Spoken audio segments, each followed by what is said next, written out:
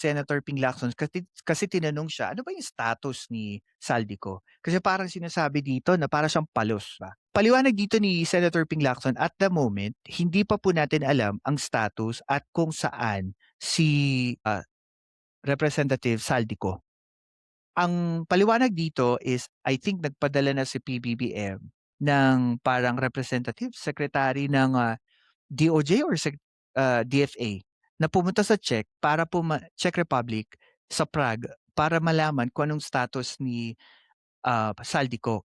Ang paliwanag dito ni Senator Ping, meron kasing difference doon sa apprehension versus sa arrest.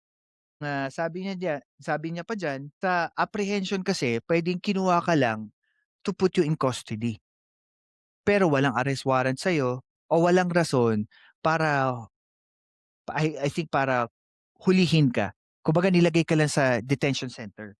Pero kung arrest daw, may warrant of arrest for him coming from our country na ini-implement ng Czech Republic, then he can assume na pupuwede magkaroon ng order for him to be deported back sa Philippines. So hindi pa alam, and sabi ni Senator Ping, inaantay pa yung um, report ni DOJ Secretary Vida pagbalik niya from Czech Republic of what's gonna happen and what is the recourse action for the government of the Philippines. At ano yung gagawin nila sa Blue Ribbon Committee for Saldico. Ano, 'no, kay Saldico kasi ang dami niyang mga sinabi, niyang mga pinunto sa presidente, sa former speaker. So, unless sumpaan niya yung mga sinasabi niya at harapin niya yung mga nag-iimbestigang ahensya pati Senado, that's the only time para maiba yung naratibo against him.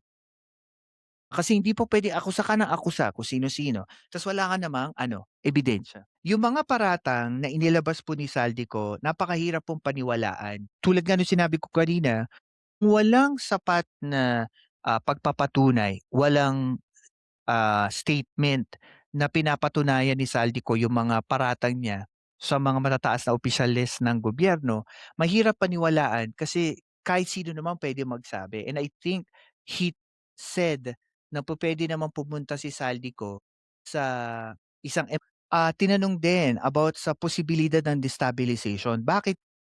Dahil meron pong pangaparatang against the president and also, vice president, which is the impeachment.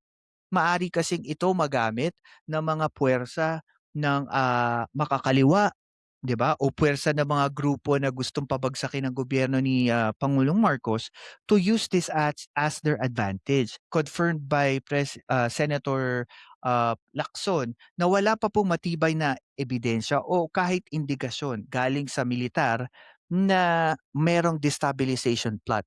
Ngunit hindi na inaalis yung, risk dahil marami pa rin daw mga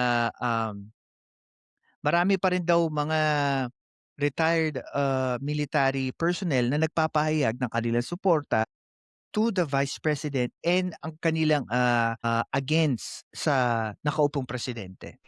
Ako, si Densable TV 2.0 at ito ang Pilkas kung saan ang katotohanan ay walang takot na sinasabi. Like, share, and subscribe na